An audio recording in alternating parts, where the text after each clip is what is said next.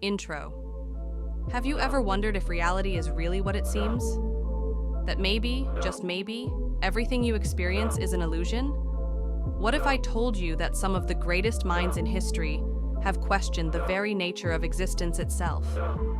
Today, we're diving deep into a mind-bending philosophical concept that might just change the way you see the world forever.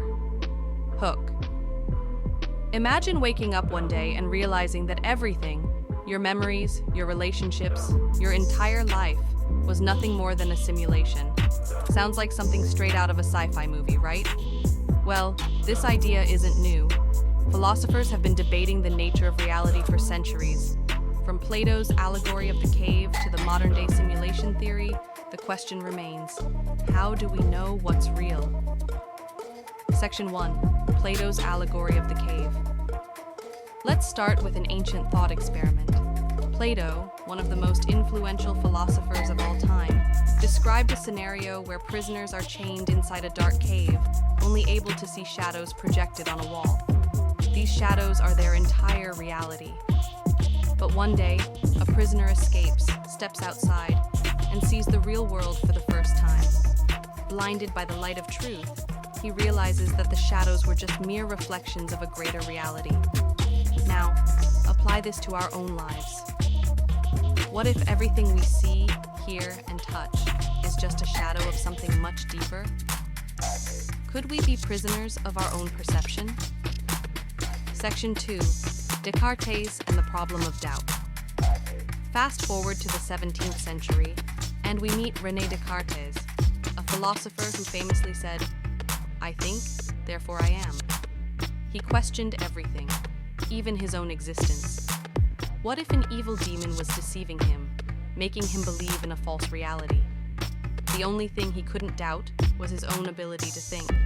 This led him to conclude that the mind is the only undeniable proof of existence. If Descartes were alive today, he might ask, how can we be certain that our reality isn't an illusion? Could we all be living in a carefully crafted dream? Section 3. Simulation theory. And now, we arrive at one of the most fascinating modern interpretations of this idea, simulation theory.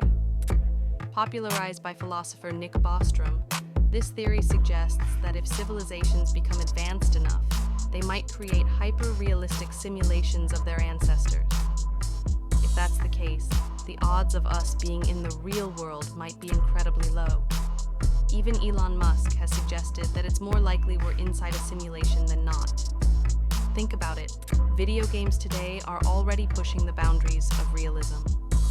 If technology keeps evolving, what's stopping a future civilization from creating a simulation so perfect that its inhabitants don't even realize they're inside one? Conclusion, the big question. So what does this all mean for us? Should we question everything? Should we stop trusting our senses? Maybe. Or maybe the real lesson here is to embrace the mystery of existence.